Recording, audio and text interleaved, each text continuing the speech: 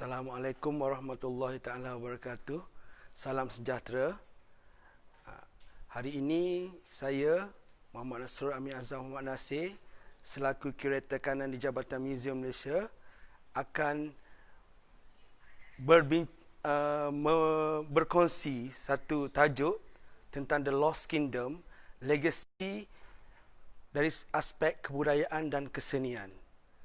Okey, pameran The Lost Kingdom ini sebenarnya telah berlangsung di Jabatan Muzium Malaysia bermula daripada Disember 2019 dan berakhir pada April bulan lepas, tetapi kita terpaksa hentikan awal kerana berlakunya perintah kawalan pergerakan.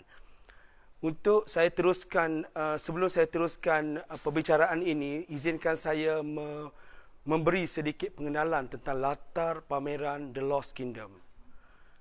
Pameran The Lost Kingdom ini merupakan suatu pameran yang memaparkan tentang kewujudan kerajaan-kerajaan awal di Nusantara ataupun apa yang kita sebut sebagai Asia Tenggara pada hari ini. Lost Kingdom bermaksud kerajaan-kerajaan yang wujud tetapi di dalam dunia moden telah tidak ada lagi kerajaan-kerajaan tersebut. Yang ada cuma tinggalan nama-nama dari konteks sejarah, budaya dan warisan keseniannya.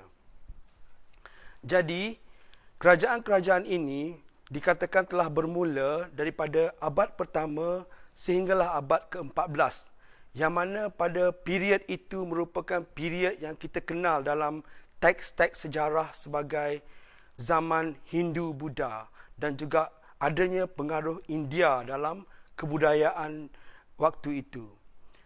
Ramai yang akan mengetahui kerajaan-kerajaan ini seperti nama Funan, Champa, Langkasuka, Sriwijaya, Kedah Tua, Majapahit, Singasari dan beberapa lagi kerajaan-kerajaan lain yang wujud di kawasan Nusantara.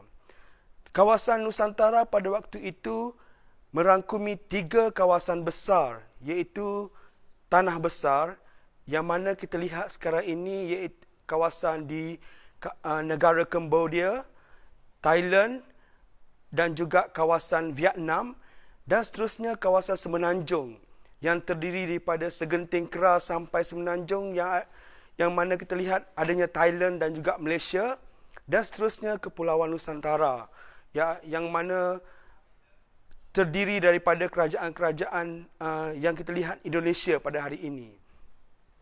Di kawasan Tanah Besar adanya kerajaan Funan, Champa, Chenla dan Angkor yang begitu besar pada waktu itu. Seterusnya, kalau kita turun ke kawasan Segenting Kera ataupun ke Semenanjung, wujudnya kerajaan Tabralingga, kerajaan Langkasuka dan seterusnya kerajaan Kedah Tua dan seterusnya sehinggalah kepada kerajaan-kerajaan di kawasan Indonesia seperti Sriwijaya, Melayu, Majapahit, Mataram, Sailendra dan Singasari.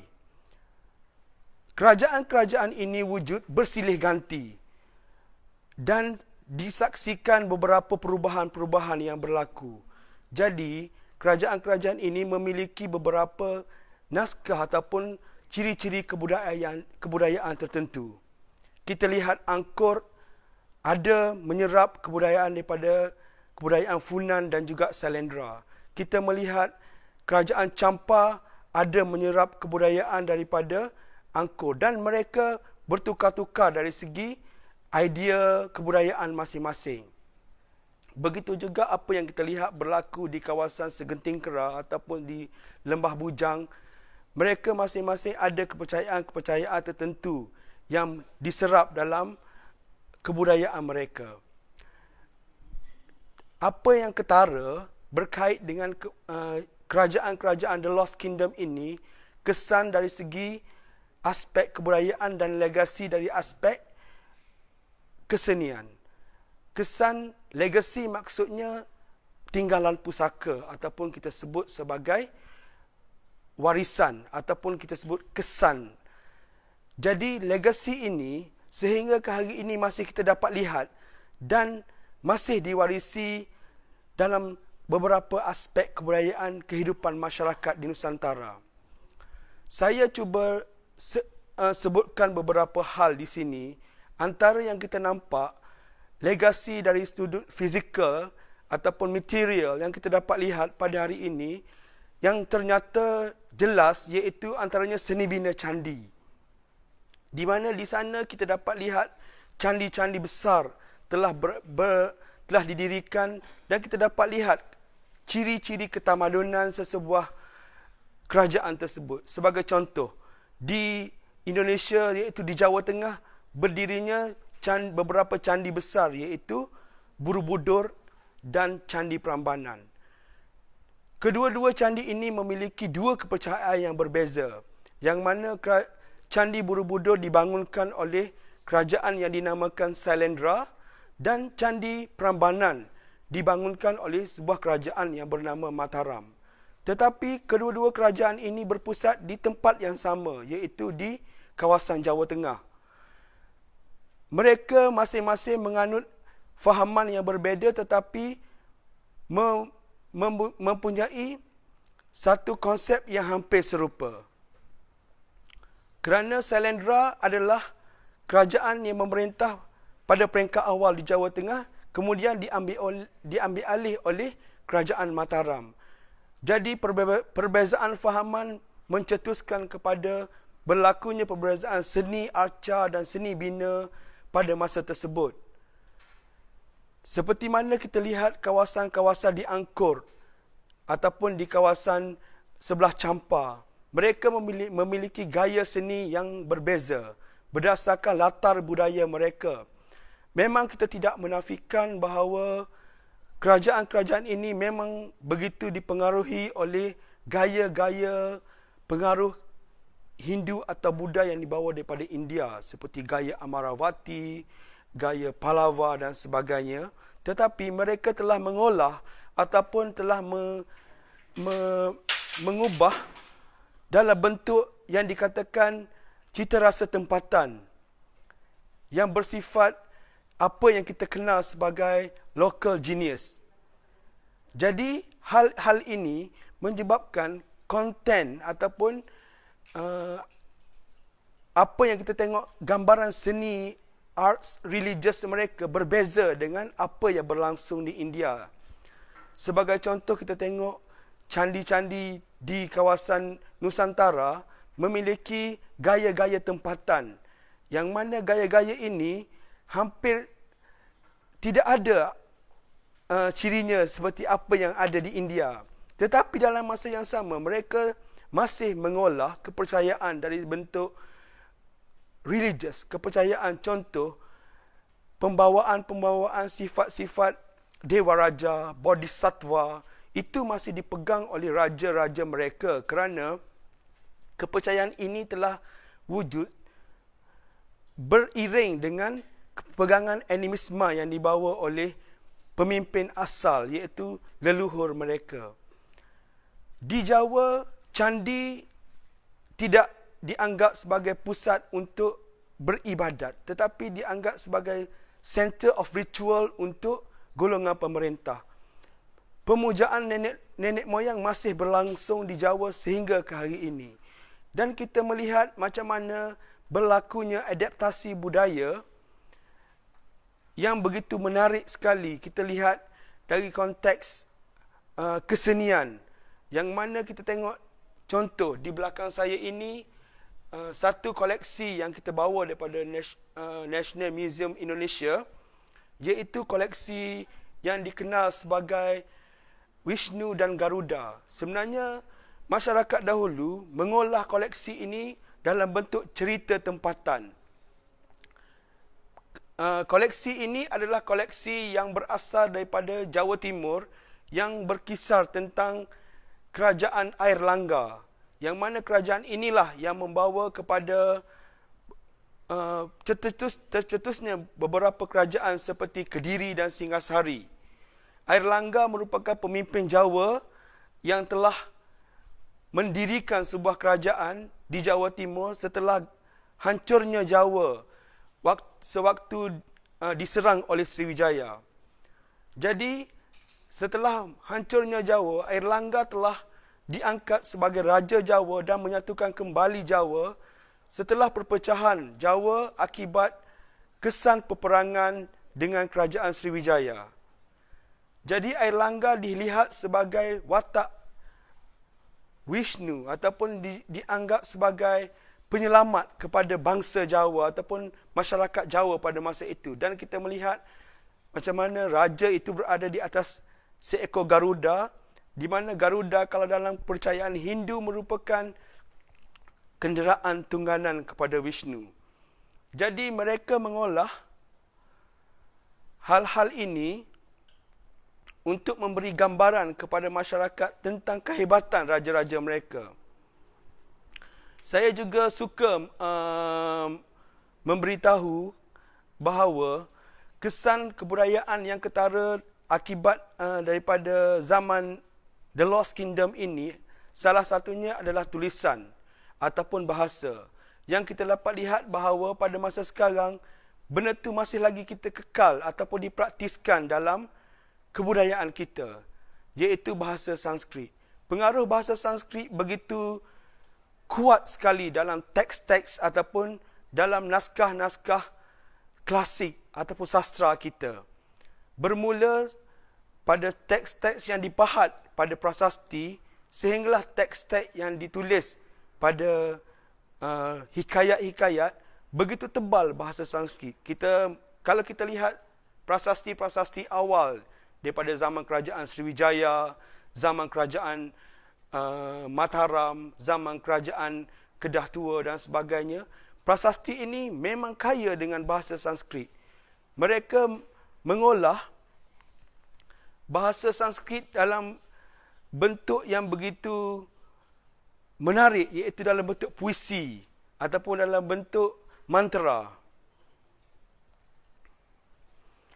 Jadi bahasa-bahasa ini sehingga ke hari ini masih lagi digunakan, termasuklah dalam penggunaan bahasa moden pada hari ini. Sebagai saya bagi contoh, perkataan seperti bakti, setia, bangsa, agama dan sebagainya adalah pengaruh daripada bahasa Sanskrit. Jadi kita melihat bahawa pengaruh bahasa adalah merupakan satu heritage ataupun satu legasi yang bersifat intangible yang masih lagi dipraktiskan pada hari ini. Selain pada itu juga kita melihat dari bentuk seni bina. Saya ingin memberi contoh beberapa gambaran ataupun figura lagi kita gunakan di dalam seni bina ataupun dalam seni ukir tradisi kerajaan ataupun tradisi kerajaan-kerajaan tradisional.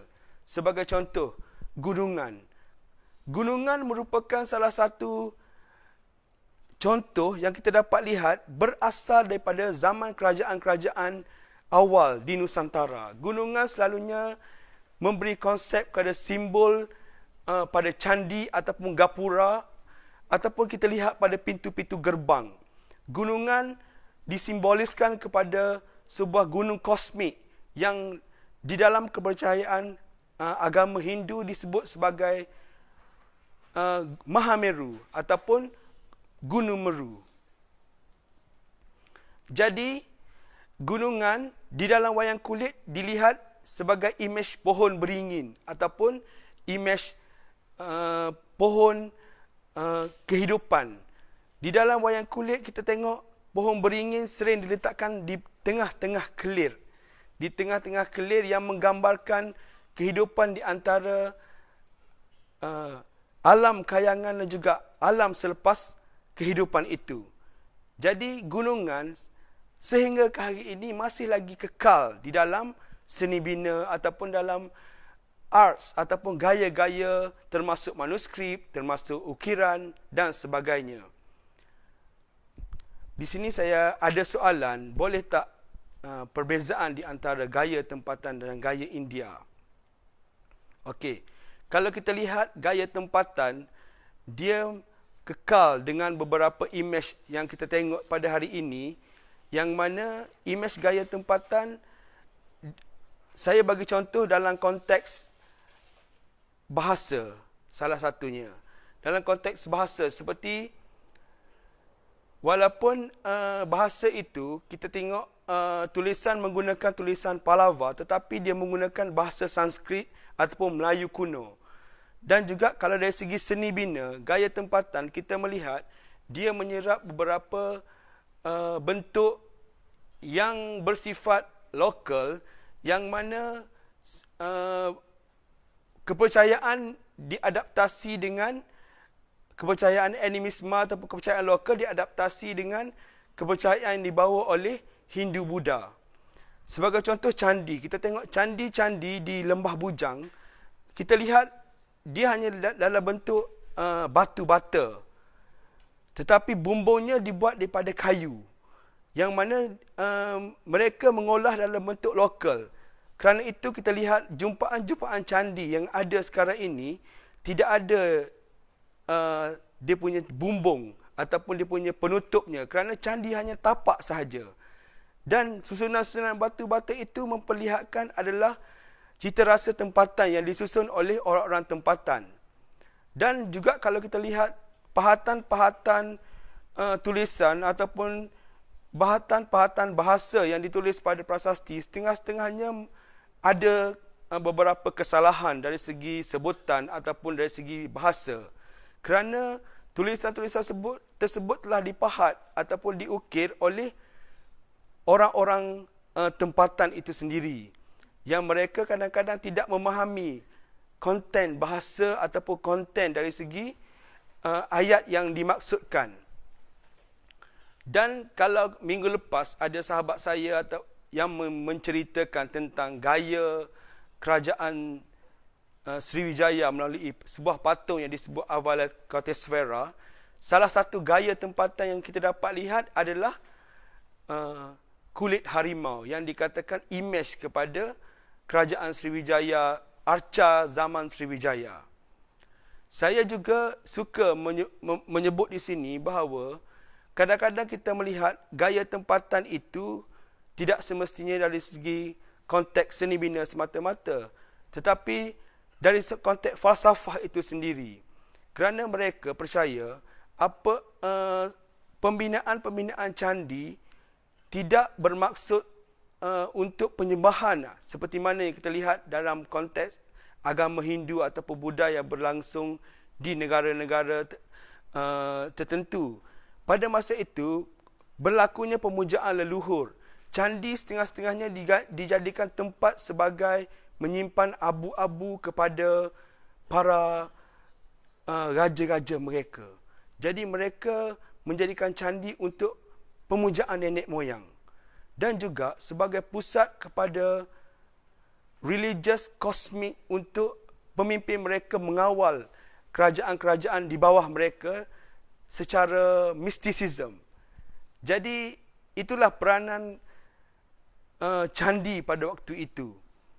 Seterusnya saya suka juga menyebut tentang hasil-hasil kesastraan ataupun perkembangan intelektual yang berlangsung pada zaman kerajaan awal yang masih lagi wujud sehingga ke hari ini. Yang mana kerajaan seperti zaman kerajaan Jawa, kita lihat beberapa teks-teks sastra yang telah dihasilkan. Sebagai contoh, teks Mahabharata, Ramayana, Arjuna Wiwaha, Bharatayuddha, yang dihasilkan teks-teks tersebut diinspirasi ataupun diambil, diolah daripada teks-teks asal India, tetapi telah diubah dalam konteks tempatan. Sebagai contoh, cerita tentang Bharatayuddha yang menceritakan tentang kehebatan Raja Jawa menewaskan musuhnya, telah diolah dalam bentuk tempatan.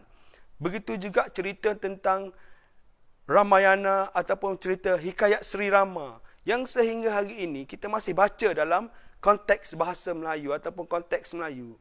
Sri Rama diterjemahkan di dalam bahasa Melayu dalam watak yang begitu berbeza dengan watak Sri Rama yang ada dalam teks-teks klasik India ataupun teks-teks klasik di zaman kerajaan Hindu Buddha di Jawa. Kerana Sri Rama sewaktu diterjemahkan dalam bahasa Melayu telah diolah dalam watak-watak Islamik. Begitu juga teks-teks yang kita sebut yang masih kekal sehingga hari ini seperti teks-teks Mahabharata yang mana telah diubah ataupun digubah dalam teks konten bahasa Melayu yang kita kenal sebagai contohnya Hikayat Pendawa 5. Itulah di antara teks-teks yang masih kita warisi dan kita masih jadikan rujukan untuk menggambarkan tentang kerajaan-kerajaan tersebut.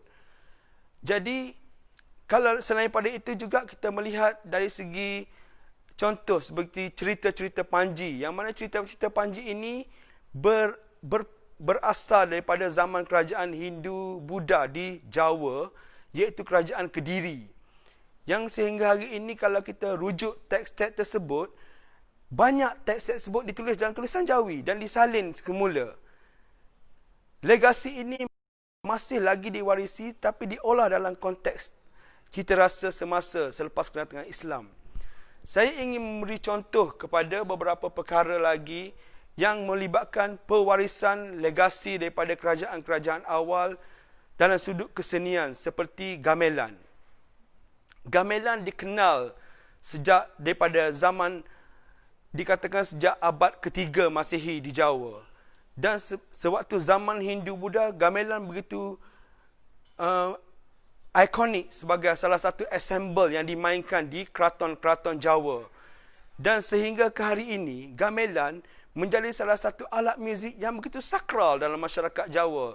Ada jenis gamelan Bali, ada Yogyakarta, ada Madura, dan ada juga gamelan Melayu. Jadi, gamelan ini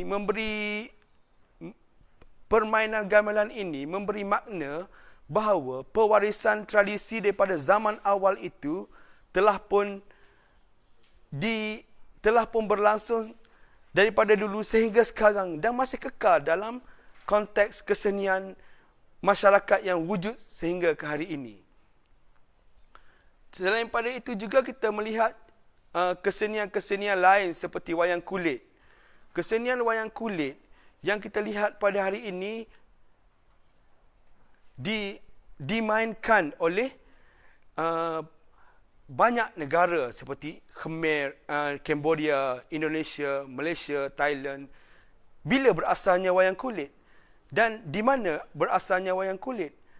Timbul berbagai teori mengatakan ada daripada India, ada daripada Nusantara dan sebagainya. Tetapi menurut teori yang begitu tepat dikatakan berasal daripada kawasan Nusantara itu sendiri dan yang mana mereka muncul sebelum wujudnya kedatangan kepercayaan Hindu-Buddha, tetapi telah diolah dalam bentuk kepercayaan Hindu setelah masuknya pengaruh tersebut. Wayang kulit sehingga hari ini menjadi identiti kepada beberapa negara, termasuklah juga Malaysia. Dan mempunyai karya-karya yang hampir sama dengan apa yang berlangsung pada abad-abad yang lepas yang dibawa oleh kerajaan-kerajaan awal. Ada cerita Sri Rama, ada cerita Panji dan juga cerita-cerita Pendawa yang berkait dengan cerita-cerita Mahabharata. Jadi, legasi ini sehingga hari ini kita dapat lihat masih lagi dalam konteks kebudayaan, dipraktiskan dalam konteks kesenian. Walaupun kerajaan-kerajaan itu telah berakhir dan telah lupus di dalam kamus sejarah ataupun hanya tinggal dari segi nama dan juga tapaknya sahaja, tetapi gambaran kebudayaan itu sehingga hari ini masih kekal. Selain pada itu juga saya ingin memerihalkan tentang arca yang berada di sebelah saya ini, yang merupakan arca daripada jumpaan di tapak candi Lembah Bujang yang kita sebut sebagai Druapala. Arca Druapala ini dikatakan memiliki unsur daripada Cham ataupun Khmer, yang mana kita dapat lihat bahawa berlakunya pengaruh dari segi kepercayaan dan juga budaya pada waktu itu, kerana kita lihat Kedah Tua merupakan sebagai pusat perdagangan di waktu itu. Jadi penyerapan budaya itu berlangsung di kota-kota pelabuhan, termasuklah pada seni ukir arca yang ada yang di sebelah saya ini. Jadi saya ingin melanjutkan juga kepada legasi yang seterusnya, iaitu legasi tentang penciptaan objek-objek budaya yang lain. Sebagai contoh keris. Terdapat hampir 10 prasasti di Jawa yang menceritakan tentang nama keris. Kebanyakannya kerajaan-kerajaan awal di Jawa mencatat tentang peranan empu ataupun peranan pembuat keris. Perkataan empu dalam bahasa Jawa bermaksud tuan ataupun orang yang terhormat. Jadi salah seorang watak dalam pembuatan keris dikenal sebagai empu. Selain daripada juga, empu juga disebut sebagai pengarang teks ataupun pengarang puisi-puisi dalam Jawa, dalam beberapa serat ataupun beberapa pararaton juga disebut empu. Tapi salah satu watak dalam penciptaan alat-alat kesenian besi dikenal sebagai empu. Jadi dalam kajian yang kita tengok, lebih daripada 10 prasasti di Jawa, salah satunya prasasti Karang Tengah yang menceritakan tentang sesajen ataupun salah satu bahan-bahan untuk membayar pajak ataupun cukai kepada pemerintah, termasuk perkataan keris diletakkan di dalam prasasti tersebut. Maksudnya, pada abad kedua, penciptaan keris itu telah pun ada.